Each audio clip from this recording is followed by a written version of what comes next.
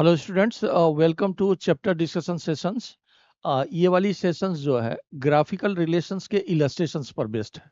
जो ग्राफ में हमने सीखा है position time graph, velocity time graph and acceleration time graph, उसकी इलस्ट्रेशन पर बेस्ड है। देखिए, इसमें पहला क्वेश्चन कह रहा है कि body is projected up with velocity of 20 metre per second taking upward directions positive. Draw acceleration time graph, velocity time graph and position time graph.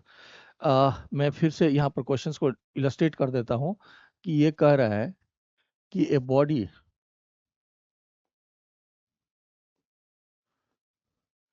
a body is projected with velocity 20 metre पर seconds.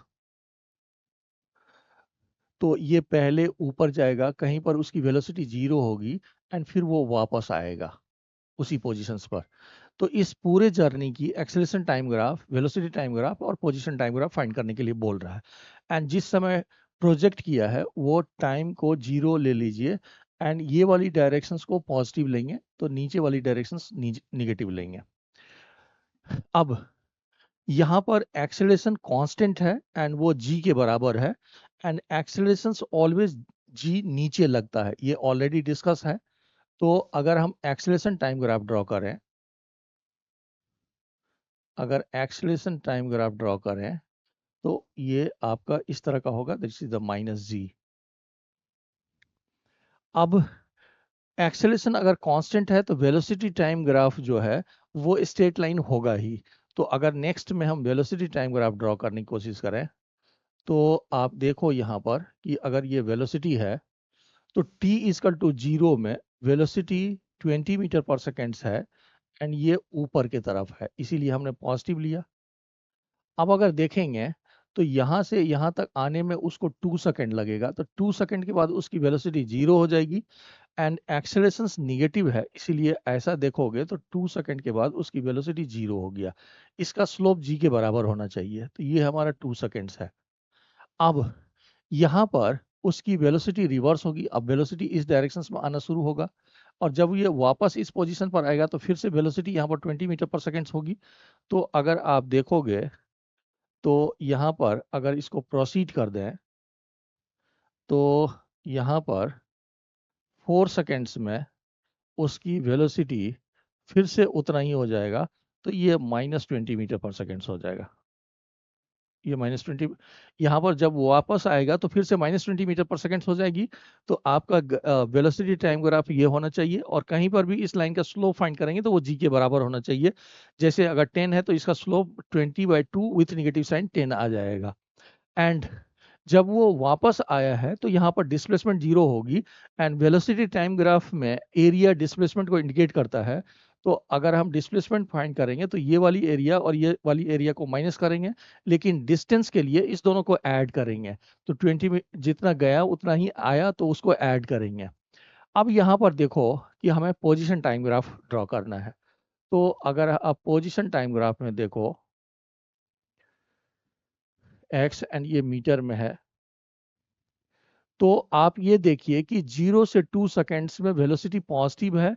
Eight t equal to 2 second velocity 0 है and उसके बाद velocity negative है and position time graph का slow velocity देता है। तो velocity time graph का जो नेचर है वो ऐसा आएगा, ये आपका 2 सेकेंड्स है एंड 2 सेकेंड्स पर वेलोसिटी की वैल्यू 0 है। यहाँ पर वेलोसिटी पॉजिटिव है, यहाँ पर वेलोसिटी निगेटिव है। तो आपका नेचर इस तरह का आएगा। नेक्स्ट क्वेश्चन लेते हैं। A car accelerates from rest at a constant rate alpha for some time, after which it retards at constant rate beta to come to rest if the total time is t second. Find maximum velocity and total distance covered. अब वैसे बिना graph को use किए हुए भी इस question को solve किया जा सकता है, लेकिन अगर आप ग्राफ के इंटरप्रिटेशंस के बेसिस पर सॉल्व करेंगे तो वो इजी होगा एंड शॉर्ट्स में होगा।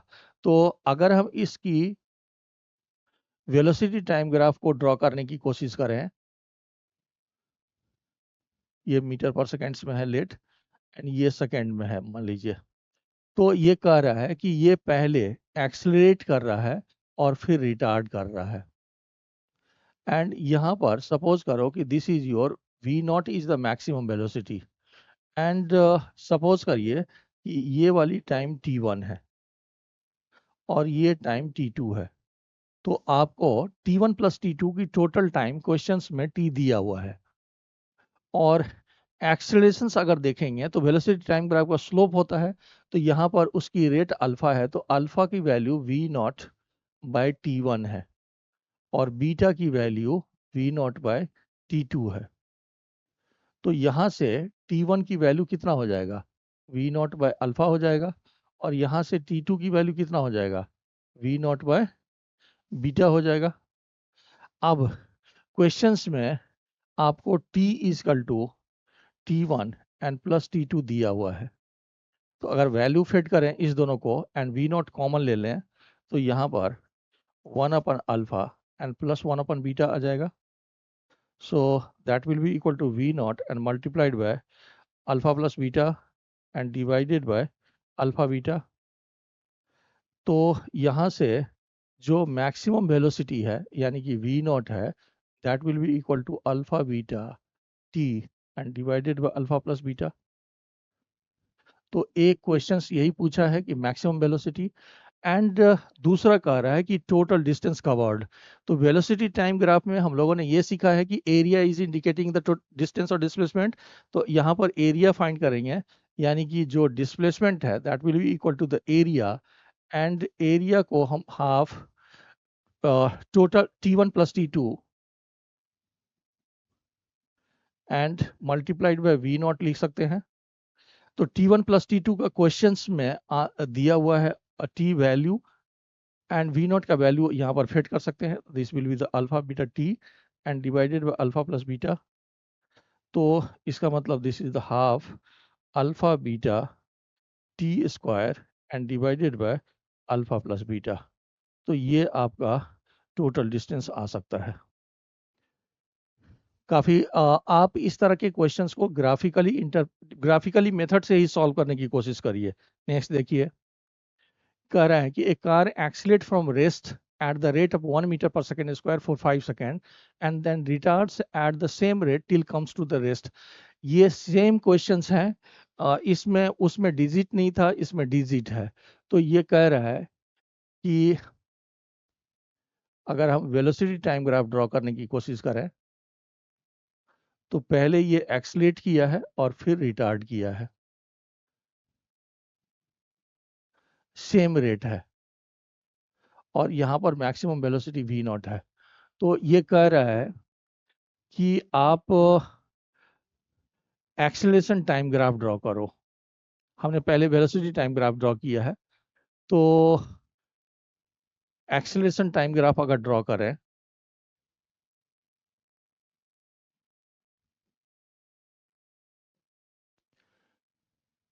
फॉर 5 सेकेंड तक acceleration 1 metre per second square है। तो फॉर 5 सेकेंड तक acceleration 1 metre per second square है, and then retards at the same rate. इसका मतलब ये 10 सेकेंड हो गया, और इसमें एक्सेलरेशन की value -1 metre per second square है। एंड इसके लिए हमने velocity time graph already draw कर दिया है।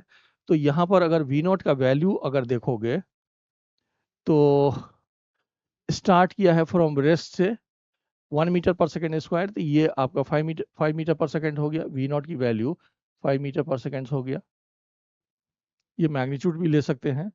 एंड फॉर 5 सेकेंड्स है, तो यहाँ पर टाइम 5 सेकेंड्स है, यहाँ पर टाइम 10 सेकेंड है। ये आपका t है। एंड फिर कह रहा है ये आपको पोजीशन टाइम ग्राफ फाइंड करने के लिए। तो हमारा ये वेलोसिटी टाइम ग्राफ हो गया, एक्सेलरेशन टाइम ग्राफ। अब अगर पोजीशन टाइम ग्राफ ड्रॉ करें तो मान लीजिए ये मीटर में है, और पहले acceleration 1 metre per second square है, ये पॉजिटिव है, यानी कि ग्राफ का नेचर ऐसा होगा। एंड यहाँ पर अगर देखेंगे तो ये 1 सेकेंड है, एंड उसकी पोजीशंस कहाँ पर होगी उसको यहाँ से निकाल सकते हैं। तो आपका जो है वेलोसिटी 5 मीटर है, तो आप इस एरिया को फाइंड करेंगे। तो ये 5 है और ये 5 है, तो ये आपका पोजीशन हो गया 12.5 मीटर पर। नेक्स्ट में देखिए कि सेम रेट का रिटार्डेशंस है। तो रिटार्डेशंस में जो पोजीशन टाइम ग्राफ होता है, ये कर्व जो है जस्ट अपोजिट हो जाएगा। और यहाँ पर सपोज करिए कि अगर 2 सेकेंड्स है, तो 2 सेकेंड्स में वो सेम डिस्टेंस कवर करेगा, यानी कि ये 25 मीटर पर चला जाएगा। तो इस तरह ये नेचर को ऑलरेडी डिस्कस कर चुके हैं हम। नेक्स्ट देखिए, VT graph of a body moving in a straight line is given. Draw correspondingly displacement time graph. आपको यहाँ पर वेलोसिटी टाइम ग्राफ दिया हुआ है एंड करस्पॉन्डिंगली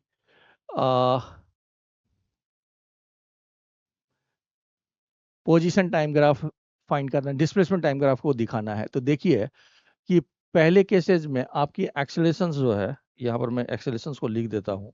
फर्स्ट केसेस में देखिए कि यहाँ पर इस लाइन का स्लोप 10/2 होगा, तो यहाँ पर एक्सेलरेशंस जो है वो 5 मीटर पर सेकेंड स्क्वायर हो गया। एंड यहाँ पर एक्सेलरेशन 0 है। इस केसेस में एक्सेलरेशन 0 है क्योंकि वेलोसिटी कांस्टेंट है। एंड यहाँ पर अगर देखेंगे तो ये 10 है और ये 2 है, ये भी 2 है, तो इसका भी जो एक्सेलरेशन है वो 5 मीटर पर सेकेंड स्क्वायर हो गया। एंड यहाँ पर अगर देखेंगे तो 20 से 2 है, तो यहाँ पर माइनस इसकी जो स्लोप होगी, तो ये -10 मीटर पर सेकेंड स्क्वायर हो गया इसकी एक्सेलरेशन। तो हमने क्या किया है, आपको एक्सेलरेशंस की वैल्यू दे दिया है। तो जहां पर एक्सेलरेशंस होगा वहां पर पोजीशन टाइम ग्राफ पैराबोलिक होगा। तो अब इसके बेसिस पर अगर आप पोजीशन टाइम ग्राफ को ड्रॉ करने की कोशिश करें, तो आप देखो यहाँ पर डिस्प्लेसमेंट टाइम ग्राफ,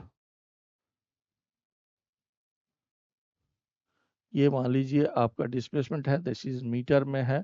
और पहले केसेस में एक्सेलरेशंस, तो हमारा कर्व ऐसा होगा। तो 2 सेकेंड्स के बाद हमारी पोजीशंस कहाँ पर होगी, उसके लिए हम वेलोसिटी टाइम ग्राफ का एरिया फाइंड करेंगे। तो इसकी एरिया 10 आ रहा है, इसका मतलब 2 सेकेंड के बाद उसकी पोजीशन 10 मीटर पर चला जाएगा। अब यहाँ पर एक्सेलरेशंस नहीं है, इसका मतलब एक्सेलरेशन वेलोसिटी कांस्टेंट है, इसका मतलब position time graph straight line के फॉर्म में होगा। तो यहाँ पर आप इसको लिख सकते हो 4 सेकेंड, यहाँ पर 4 सेकेंड लिख देते हैं। एंड ये वाली एरिया, ये एरिया तो 10 है, दिस एरिया इज 10।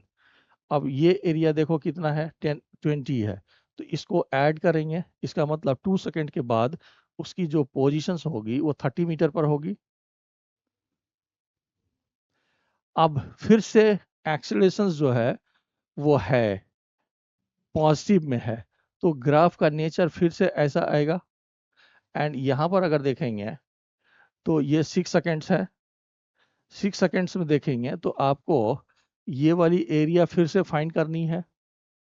तो अब यहाँ पर अगर एरिया देखेंगे तो ये 10 एंड मल्टीप्लाइड बाई 2, ये 20 हो गया। और ये कितना हो गया, ये 2 है और ये 10 है, ये आपका 2 है और ये 10 है। तो ये एरिया 10 हो जाएगा, यानी कि दिस, ये टोटल एरिया 30 हो गया। तो आप अगर 30 को ऐड करोगे इसमें फिर, तो हम चले जाएंगे 60 मीटर पर। तो यहाँ पर हम चले गए 60 मीटर पर। अब अगर देखेंगे नेक्स्ट वाले केसेस में एक्सेलरेशन निगेटिव है, एक्सेलरेशन निगेटिव होने से हम इस कर्व को रिवर्स कर देंगे। एंड यहाँ पर आपका टाइम 8 सेकेंड्स है। और ये वाली एरिया को अब फाइंड करेंगे, तो ये एरिया कितना हो गया, 2, ये 2 है और ये 20 है, तो 20 हो गया। तो यहाँ पर 20, तो ये 80 मीटर पर चला जाएगा, ये 80 मीटर पर चला जाएगा। मेरे ख्याल से सही है। आपको इस ग्राफ के बेसिस पर इसको पोजीशन टाइम ग्राफ में कन्वर्ट करने के लिए बोल रहा है। तो जहां पर एक्सेलरेशंस है वहां पर पैराबोलिक, और जहां पर एक्सेलरेशंस नहीं है वहां पर स्ट्रेट लाइन के फॉर्म में हमने ड्रॉ किया है। मेरे ख्याल से ये सही है। नेक्स्ट देखते हैं। VT graph of a body moving in a straight line is given. The rate of acceleration and retardation are same and is equal to 5 meter per second square. The average velocity during motion is 20 metre per second. Find t। अब यहाँ पर देखिए कि ये वाली time t है, ये वाला मैं इसको सेपरेट लिख देता हूं कि ये टाइम t है। तो अगर देखेंगे चूंकि एक्सेलरेशन और रिटार्डेशन का सेम रेट है, इसीलिए ये भी टाइम t होगा। और यहाँ पर 20 सेकेंड्स है, इसका मतलब ये टाइम 20 माइनस टी हो गया। अब आपको एवरेज वेलोसिटी क्वेश्चंस में 20 मीटर पर सेकेंड दिया हुआ है, तो average velocity is equal to total displacement upon total time होता है। तो अब अगर देखें इसके बेसिस पर, तो अगर हम v एवरेज करें तो total displacement upon total time लिखेंगे। इसकी वैल्यू 20 दिया हुआ है, डिस्प्लेसमेंट अभी मैं नहीं लिखा हूं, लेकिन आपका जो टाइम है वो 20 प्लस टी है। देखिए ये t है, तो जिस रेट से वो एक्सलेट किया है उसी रेट से रिटार्ड कर रहा है, इसीलिए ये वाली टाइम और ये वाली टाइम सेम होगा। और यहाँ तक 20 है, तो ये आपका टोटल टाइम 20 प्लस टी हो गया। अब यहाँ पर डिस्प्लेसमेंट एरिया के बराबर होगा। तो यहाँ पर अगर देखें तो मैक्सिमम वेलोसिटी फाइंड करने के लिए बोल रहा है एंड टी फाइंड करने के लिए बोल रहा है। तो यहाँ पर अगर इसको हम वी एम मान लेते हैं कि ये हमारा वी एम है, तो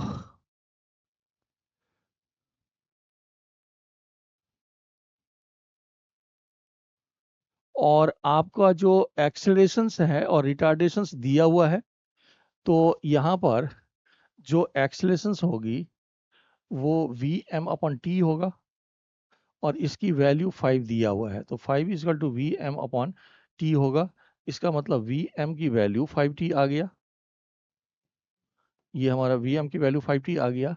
तो ये V M now is equal to 5t। अब इसके बेसिस पर आप एरिया को फाइंड कर लो। तो अगर हम एरिया को फाइंड करें तो area is equal to half T multiplied by V M plus 20 minus T and multiplied by V M and plus ये सेम होगा half T and multiplied by V M. तो ये वेलोसिटी वी एम है। तो इसमें T और V M को बाहर निकाल लीजिए। नहीं, टी एंड वी एम को बाहर निकाल सकते हैं आप। तो एरिया इजकल टू हो गया, आप अगर वी एम को निकालेंगे बाहर, तो यहाँ से t/2 एंड यहाँ से t/2, तो ये t हो गया और ये प्लस 20 माइनस टी हो गया। फिर से देखिए हमने वी एम को बाहर निकाल लिया है, तो ये t/2 t हो गया एंड यहाँ पर 20 माइनस टी बच जाएगा, तो ये आपका कैंसिल हो गया।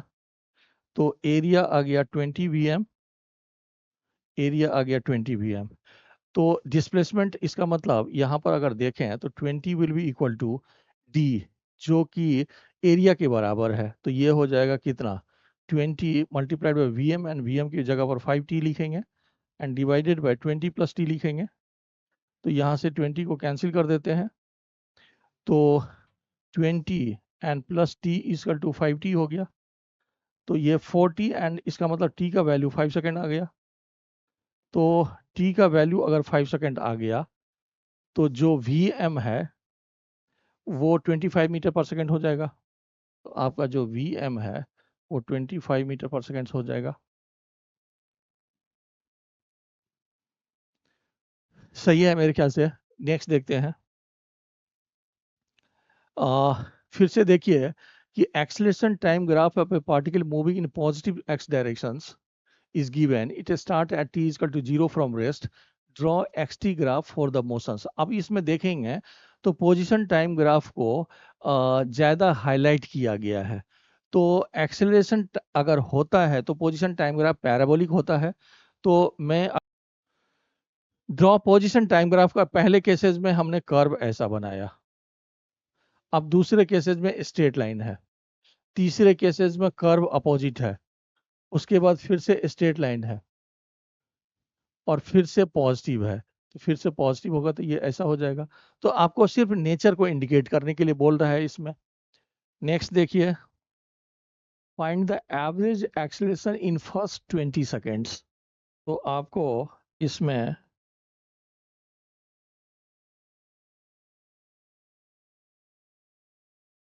फर्स्ट 20 सेकेंड्स में एक्सेलरेशन फाइंड करने के लिए बोल रहा है। तो अब अगर find the average acceleration in the first 20 seconds, तो अगर आप एवरेज एक्सेलरेशंस की कंसेप्ट को रिकॉल करें, तो average acceleration is equal to change in velocity upon change in time, तो that is v minus u upon t. ये एवरेज एक्सेलरेशन का कंसेप्ट हुआ। अब अगर देखें तो एक्सेलरेशन टाइम ग्राफ हम लोग चैप्टर वीडियो में डिस्कस किए हैं, एंड उसमें एक्सेलरेशन टाइम ग्राफ का एरिया चेंज इन वेलोसिटी को इंडिकेट करता है। तो आपको एरिया फाइंड करना है जहां तक पूछा गया है। तो क्वेश्चंस में find the average acceleration in first 20 second पूछा गया है, तो आपको फर्स्ट 20 सेकंड्स में एरिया फाइंड करना है। तो अगर हम एरिया फाइंड करें तो यहाँ पर देखेंगे तो इसकी area half base multiplied by height से ये 100 हो जाएगा, एंड ये एरिया अगर देखें तो 20 मल्टीप्लाइड बाय 10 ये 200 हो जाएगा। ये हमने एरिया फाइंड किया है। एंड एक्सेलरेशन टाइम ग्राफ में, एक्सेलरेशन टाइम ग्राफ में area is equal to change in velocity. इसका मतलब first 20 seconds, in first 20 seconds change in velocity is equal to area, and that is equal to 100 and plus 200, तो ये 300 आ गया। तो अब अगर एवरेज एक्सेलरेशन फाइंड करेंगे तो average acceleration is equal to change in velocity upon time. तो change in velocity आपका है 300 एंड टाइम है 20 सेकेंड्स, तो ये कैंसिल हो गया। This is 15 metre per second square, so this is your average acceleration. Next देखते हैं। The displacement time graph for two particles A and B are straight lines inclined at 30 degree and 60 degree with the time axis. Ratio of the velocity v and vv find करने के लिए बोल रहा है। तो हम लोगों को ये पता है कि डिस्प्लेसमेंट टाइम ग्राफ में जो स्लोप होता है वो वेलोसिटी को इंडिकेट करता है। इसका मतलब यहाँ पर वी ए आपको 1030 दिया हुआ है, और 1030 की वैल्यू 1/√3 होता है, एंड वी बी की वैल्यू 1060 दिया हुआ है, और 1060 की वैल्यू √3 होता है। तो अगर हम V A upon V B find करेंगे तो that will be equal to 1/√3 divided by √3, तो ये 1/3 आ जाएगा, यानी कि वेलोसिटी का रेशियो 1/3 आ जाएगा। एंड ठीक है, यहाँ पर अगर देखें तो हमने ग्राफिकल रिलेशंस को अभी डिस्कस किया है। काइनेमेटिक्स में देखेंगे तो दो टॉपिक्स मेरा अभी और बचा हुआ है, that is relative velocity and non uniform accelerations की जो कंसेप्ट है, जिसमें एक्सेलरेशन कांस्टेंट नहीं हो। यूजुअली इसमें देखेंगे तो हमने एक्सेलरेशन को कांस्टेंट लिया है। तो नेक्स्ट क्लासेस में हम रिलेटिव वेलोसिटी की कंसेप्ट को डिस्कस करेंगे। स्टूडेंट्स से रिक्वेस्ट है कि वो पहले की तरह चैनल को सब्सक्राइब करते रहिए ताकि आपको अपडेटेड वीडियोस मिलते रहे। Thank you.